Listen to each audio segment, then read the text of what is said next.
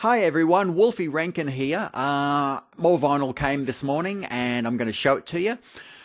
I had insomnia. Terrible, terrible insomnia. Couldn't sleep very well at all. And I finally dozed off around about 7 o'clock this morning, which is terrible. And then the postman came and pushed the doorbell and it was like, ah! And I kind of got out of bed and, oh yeah, what's this? And a big parcel was there, so I brought it inside, and then I got back into bed and I dozed off again. Which yeah, I've been sleeping really poorly lately, so I don't know why exactly, but never mind. And then later on, when I did get up properly, I had a look outside, and on the letterbox was a small parcel of singles. So cool. Okay. First up, there's a word, rotoscoping, comes to mind. Anyone know what that is? It's an animation technique where they basically film someone and then they sort of turn that into animation. So it looks like a cartoon. Does that remind you of any particular 80s video? It might remind you of this one. Aha, Take On Me. That's a new picture disc that came out and it got up the charts actually. It got up to about, I think, 7 on the charts. Very, very popular. Sold out pretty quick and I was very lucky to pick one up. I think it's a little bit different on the other side.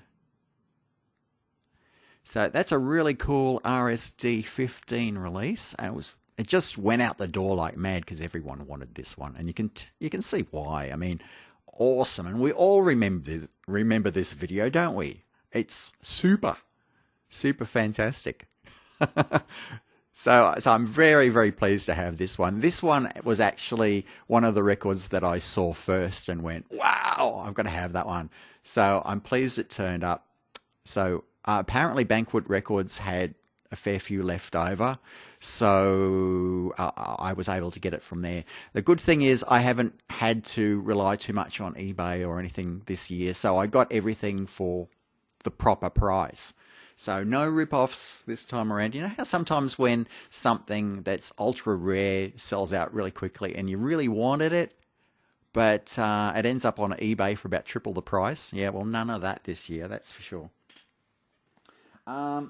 I thought this was kind of cute. I'm not really massively into this song, but it was a really cute little pickup, so I thought I'd have it. It's Dionne Warwick, that's it, with Walk On By. And on the B-side, the Stranglers, actually. The Stranglers version. You remember that one? The one that came out in the 80s? And it's on, I don't know whether you can see this, but it's on a sort of a blue marbled vinyl. It's really quite nice. And it wasn't very expensive either. It was a really nice pickup. This odd thing here, though, this is very odd for an Australian to see this big hole. I haven't got many of these kinds of records in my collection. I think I've only got about 3 or so. So that's really strange. So I have to use the adapter. But yeah, it's really nice little pickup, that one. I just thought I'd pick it up as a sort of, just a little fun thing. It wasn't something that I was really massively into or after, but I just thought it was really cute, and I thought that would be very nice to have that in my collection. And actually, it's got a picture of an adapter right there. Rhino Records. Yeah, so that's lovely. Now, this box that came up this morning, if I show you that, and I'll just put my hand over my address so you don't see my address. Just check out this box. Isn't that cool? Yeah, so which record shop is that? I can't read it. Space Lab. Oh yeah, Space Lab. That's it. So if you go through Space Lab for anything, you'll get a box like this. And this was a really good box too. So to the guys at Space Lab, thank you very much. You've done an excellent job with parcels. So that's great. Okay, so what was in it? You might be asking yourself. Well, the Lego Movie. Now, if you don't know, the guy who was actually involved with it is one of the Devo guys. So you know how I collect 80s stuff? Well, technically this is 80s. Well, there's no. Well, I mean, it's a guy who came from the 80s, and I collect. You know, sometimes if people from the 80s do some new stuff, I'll collect whatever they put out. But that's kind of my limitation. It's got to be something sort of to do with the 80s or a bit retro-ish. So it kind of fits in here. Now, there were a lot of these released for RSD, and you might think, well, okay, what else about it? I mean, it's on coloured vinyl, surely. Yes, well, it is. What happened with this one was they released 2 special editions. One was on a splatter vinyl, and the other one was on a sort of split yellow and blue vinyl. And this was one of those, and they only made 300 of them. So this is really rather special. Okay? Right.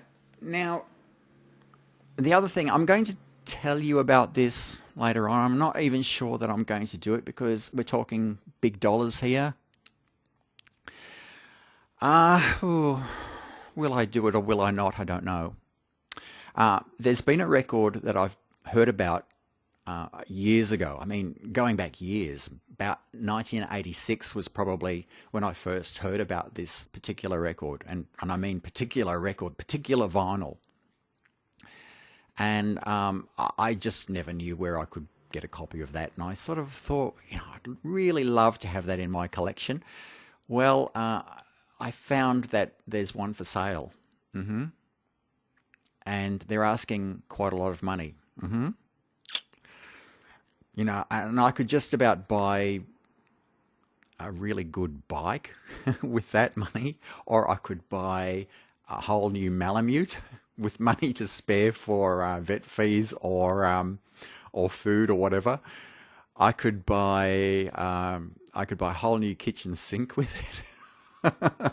And this is the reason I'm sort of going, oh my God, I don't know.